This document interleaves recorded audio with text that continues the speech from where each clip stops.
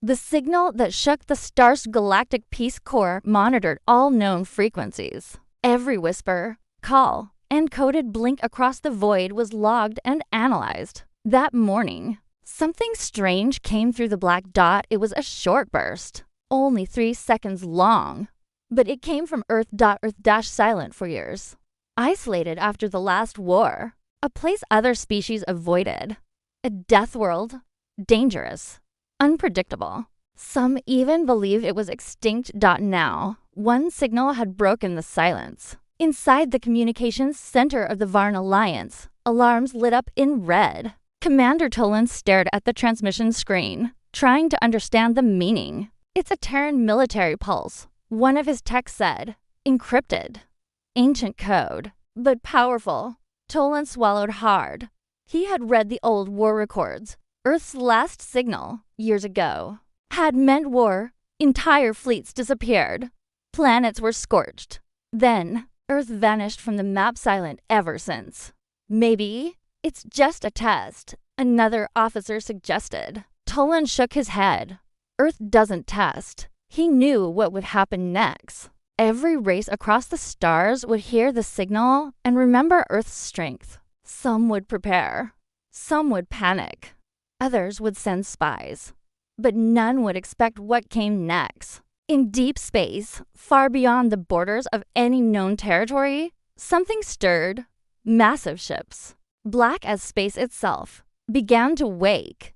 They had no names, no lights, only silent movements shifting from hibernation to full power.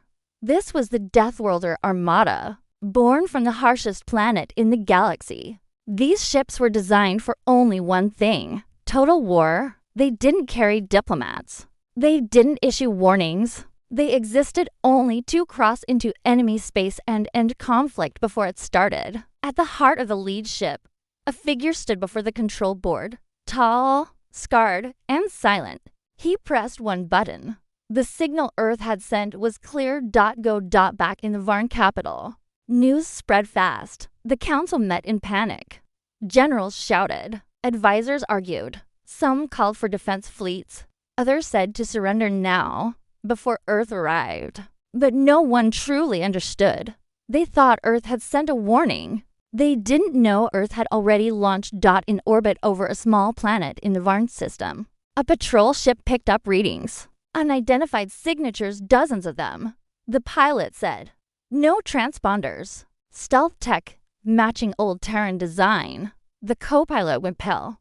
They're not just passing by. No, the pilot whispered. They're heading straight for us. The screen showed the Armada ships shaped like blades, flying in perfect formation. No sound, no lights, just shadow and death. The signal had lasted only 3 seconds, but it had summoned something the galaxy had tried to forget. Earth had spoken once, and now the Deathworlders were coming. Asterisk, the Armada breaches the border, and planets begin to fall. Asterisk, the first planet to fall was called Trellin 5. It was a quiet colony, home to farmers and trade workers. Nothing dangerous. No armies. Just civilians. But Trellin 5 sat near the border of the Varn system, and it was directly in the path of the Terran Armada. When the black ships appeared in the sky, there was no announcement. No threats. No lights. Only cold silence.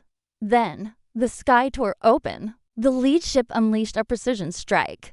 It hit the colony's comms center, power hub, and orbital shield in under 5 seconds.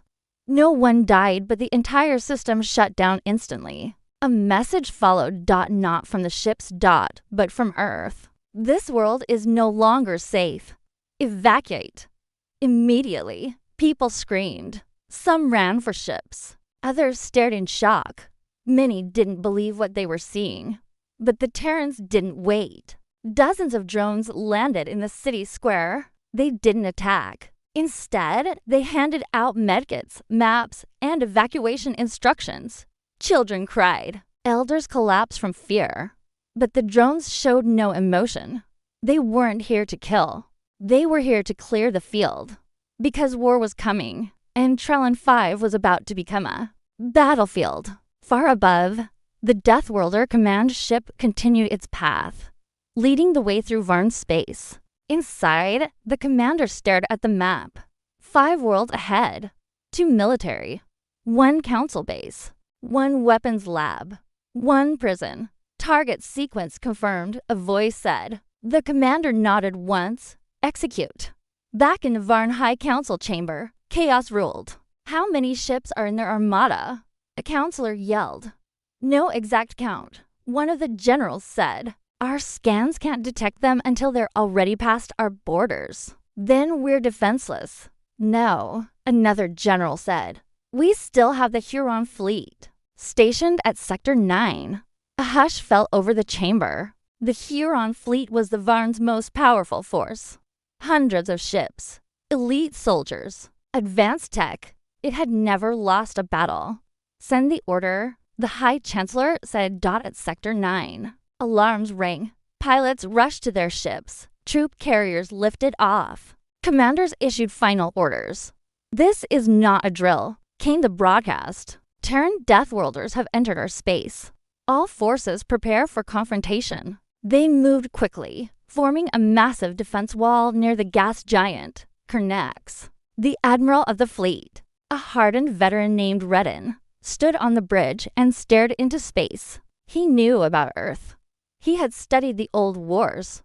But this wasn't some myth. It was happening now. And then, the black ships appeared. Hundreds of them. No signal. No fear. Just silent speed. They didn't line up for battle. They didn't match formation. They dove straight in. The first explosion tore through the Varn's side. One ship just broke the line and cut through for cruisers before vanishing again into the dark. Redden shouted, "Reform! Block their approach." But it was too late. The Deathworlders didn't fight like any known army. They moved like shadows, struck like thunder, and vanished like ghosts. Within 15 minutes, the great Huron fleet was broken, and not a single Terran ship had fallen. On Earth, deep inside a mountain base, a screen lit up. A quiet man in uniform stared at the feed. He watched as the Varn's greatest fleet went dark. He didn't speak. He didn't cheer. He just whispered. That was the warning.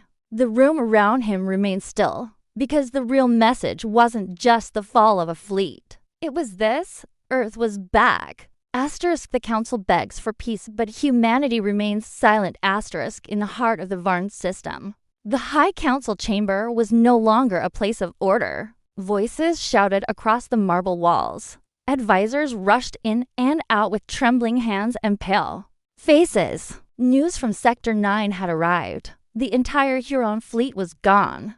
Not disabled. Gone. And no Terran ships had been lost in the battle.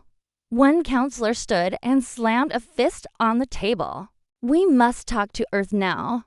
Open channels. Send everything peace offers, trade deals, even an apology. Why? Another, shaking, said. What if they don't answer? They must. No race wants total war.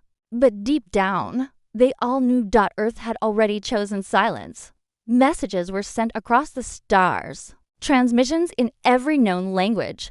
Images of white flags. Old diplomatic codes. All directed toward one planet, Earth. But nothing came back. No response. No signal. Only the quiet hum of empty space. Meanwhile, in orbit above the prison world of Dakari, the black ships arrived without a sound. The guards barely had time to raise alarms before every weapon system on the surface failed. Prisoners stared up at the sky. Then, from the clouds, came dark dropships. Hundreds of Terran units landed, surrounded by mechs and drones.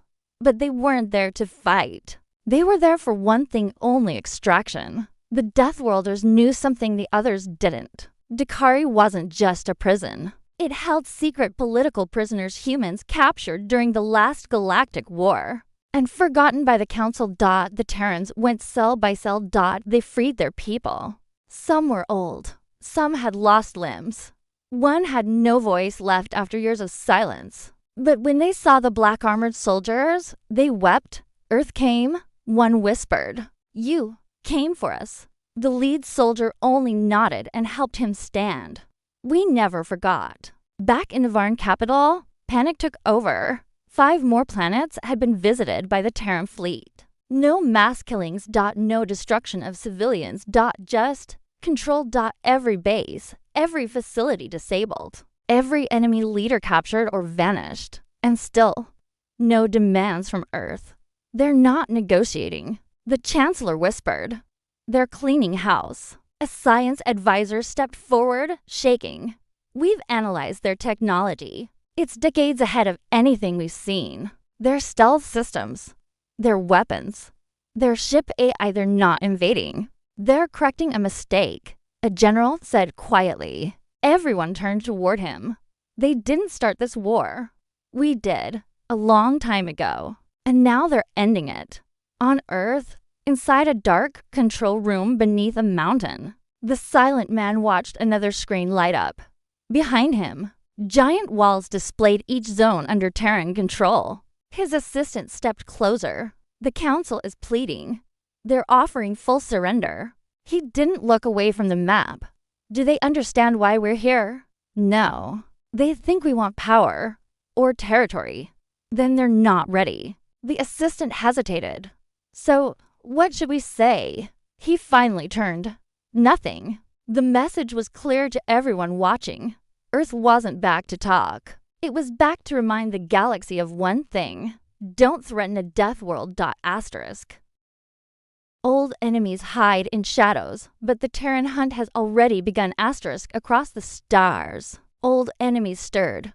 The ones who had once fought Earth in secret wars. The ones who had betrayed Terran allies during the collapse. The ones who whispered promises of peace while setting traps in the dark. They had hidden well for years, changing names, moving planets, using puppet races to mask their past. But now, Earth had returned Dodd, and Earth remembered everything. In a quiet corner of the Yundari system, a shadow base powered up its shields. It was a hidden fortress unknown to most of the galaxy. Built deep inside an asteroid field, protected by stealth, tech, and energy distortions. Inside, 3 former warlords of the old Galactic Union watched the chaos unfold. One, the tallest, spoke first. They won't find us. They're striking official targets, not ghosts. The second laughed bitterly. Let the Varn burn. We stayed out of this for a reason. But the third, silent and scarred, stepped away from the window.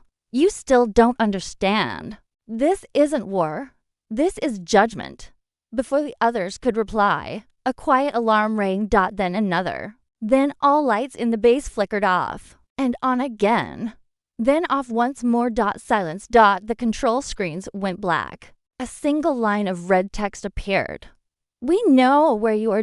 In orbit above the Yundari asteroid field. A sleek Terran strike ship hovered without a sound. Black metal. No windows. Its hull shimmered like liquid shadow. Inside, a team of Deathworlders stood ready. Tight armor. Silent comms. Eyes forward. Their leader, a woman with a cybernetic scar across her jaw, spoke into her wrist. Phase 1. Complete. Stealth confirmed. No escape routes detected. A voice replied through her earpiece. Calm. Cold. Proceed to collection. Back in the Varn capital, the council had lost all order. Dozens of leaders had fled. Some were arrested by their own guards. Others tried to hide. But none could stop what was happening. More than 19 major systems had fallen under Earth's control without massive destruction, without open invasion. Every strike was surgical, every attack was fast, and every action left a message. You started this. We will finish it. Meanwhile, in the outpost world of Dremas 3, a child watched the sky light up. He wasn't afraid. Not anymore. He had seen the black ships arrive 2 days earlier. He had seen the Terran drones fix broken pipes. He had watched armored humans hand out food and clean water to his village. No speeches. No orders. Just calm work. And then, last night, one of them looked at him and said, "We're not here to rule. We're here to stop the ones who broke peace. The boy didn't fully understand. But when he asked if Earth was coming back for good, the soldier smiled. No, we're just here to clean up the mess. In the Terran command ship, the central AI recorded the latest results. 48 council-controlled systems neutralized. 13 hidden warlords captured from major corruption networks dismantled. 0 civilian casualties, 0 Terran losses, and still no response was sent to the galaxy. No threats. No warnings. Only the silent signal that had started at all. 3 seconds.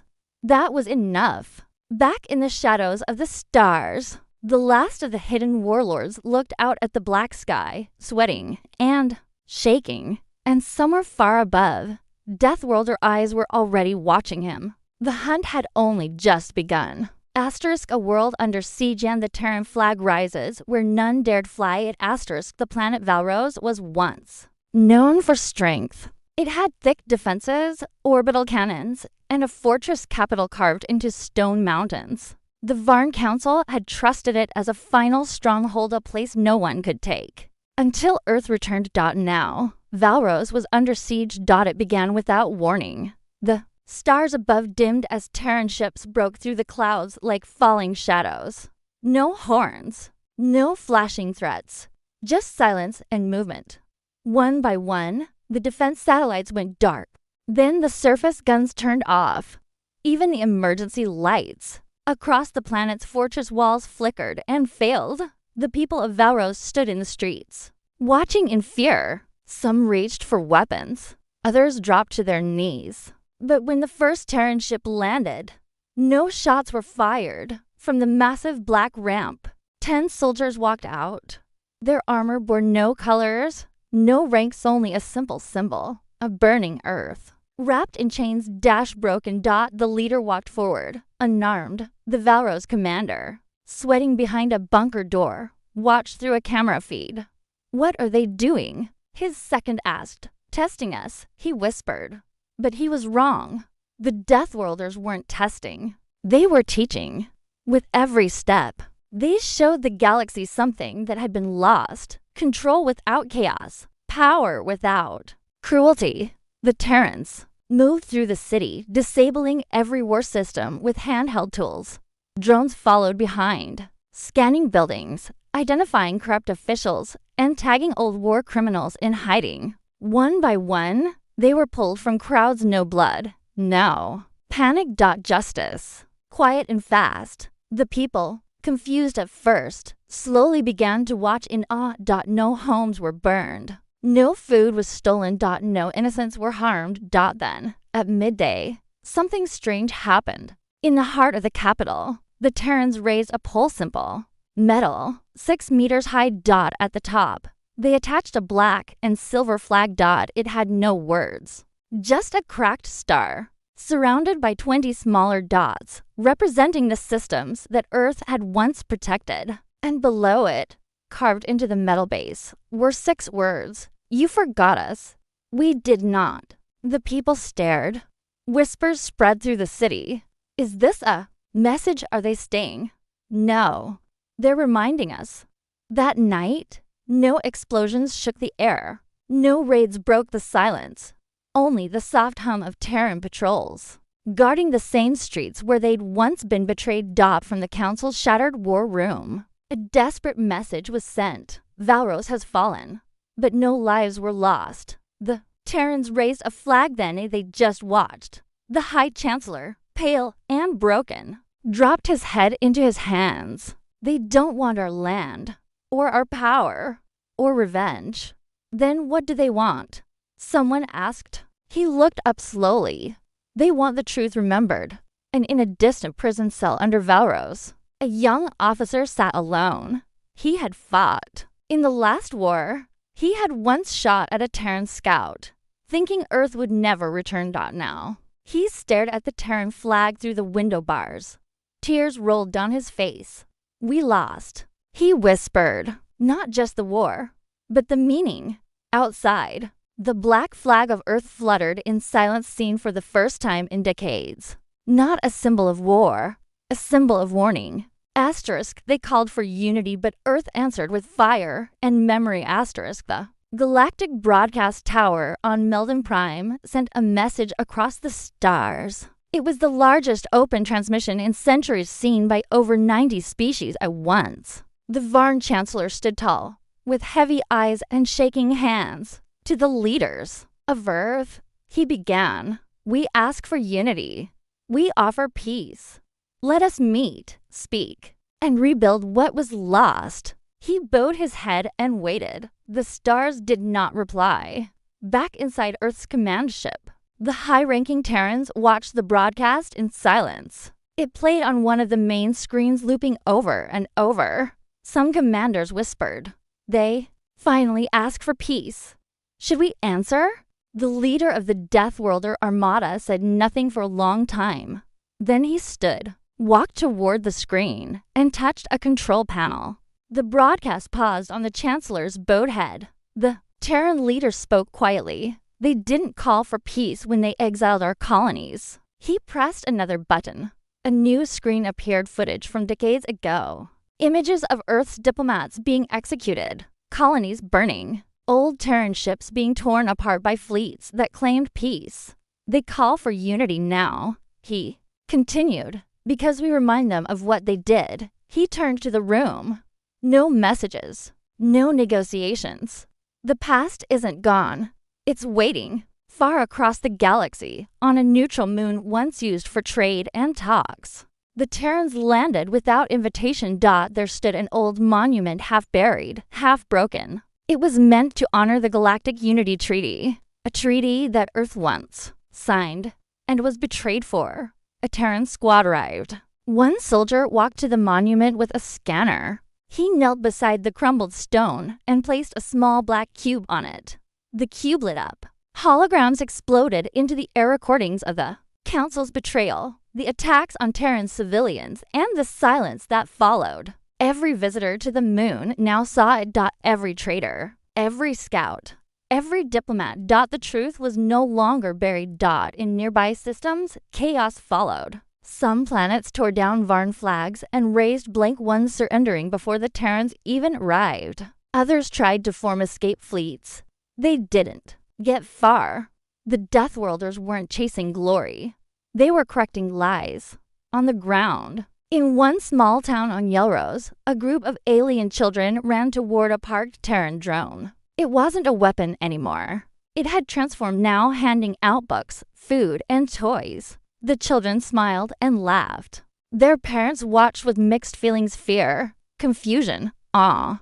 A local elder walked to the lead Terran soldier and asked, "Why are you helping now? Why not destroy us like we once tried to destroy you?" The Terran didn't answer right away. He looked at the children, then at the sky. Then he said, "We don't punish the future for the crimes of the past, but we do remember." In the Varn Council's final bunker, the Chancellor watched the latest reports come in. One planet after another. Peaceful takeovers. Calm occupations. No blood but total control. And everywhere, Terrans raised the same flag. Not to claim land, but to mark history. He leaned back and whispered, "They're not taking revenge. They're restoring memory." Another official said, "What do we do now?" The Chancellor closed his eyes. "We pray Earth stops before they remember everything." But the signal from Earth still echoed across space, silent, steady, unchanging. 3 seconds long, and it was still being heard. Asterisk, the signal fades, but the legacy of Earth burns across the stars. Signal was fading. It had pulsed through the stars for weeks. 3 seconds long, unstoppable, unforgettable. Now, it slowed. Not because Earth was finished, but because the galaxy had heard it loud and clear. In a quiet region of space once ruled by the Varn Council, the last of their defense stations shut down. No Terran ships hovered nearby. No threats echoed from orbit. And yet, every system, every base, every fleet stopped fighting. The fear wasn't of death. It was of being remembered by Earth. On the ancient archive world of Kirill, a historian stood before a cracked wall. watching as old files were restored, records the Council had hidden long ago. Files about Earth's first alliance, about the betrayals, about the colonists left to die, about the children taken as prisoners. Now the truth returned, not with fire, but with facts. Terranea had flooded ancient networks, restored lost records, and revealed exactly why Earth had gone silent for so long. It wasn't weakness. It was pain. And when the pain ended, Earth didn't ask for revenge. It asked for correction. On a jungle moon in the Delvara cluster, 3 small children played under the shade of Terran transport ships. Their alien parents stood nearby, still unsure. One mother looked at the Terran medic helping rebuild a school and asked quietly, "Will Earth stay here now?" The medic shook his head. "No." "Why not?" He smiled faintly. "Because we don't conquer. We remind. And once you remember, we go across the galaxy." One by one, the Terran ships began to leave. No destruction was left behind. No systems looted. Instead, rebuilt stations, clean water, restored cities. And in the center of every capital they touched, one flag remained. Black, silver, silent. Its symbol, a cracked star, surrounded by orbiting sparks. Its message, never forget Earth. Inside the Terran flagship, now far from enemy space, the commander looked at the map. Almost every region Earth once touched had been restored. Not through war, but through presence. The AI voice beside him asked, "Shall we silence the signal?"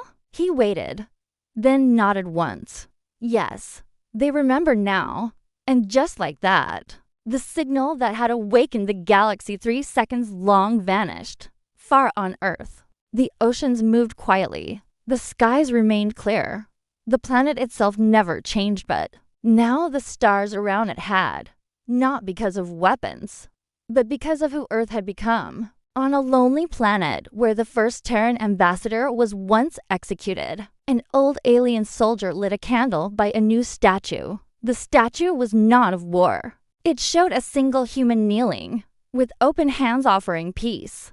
Below it, words were carved in dozens of languages. They came not to take, but to remind us who we were meant to be. The galaxy would never be the same. And even as the Deathworlder Armada disappeared into the dark once more, the stars still whispered one truth for generations to come. Earth only spoke once, and that was enough. Asterisk end of story.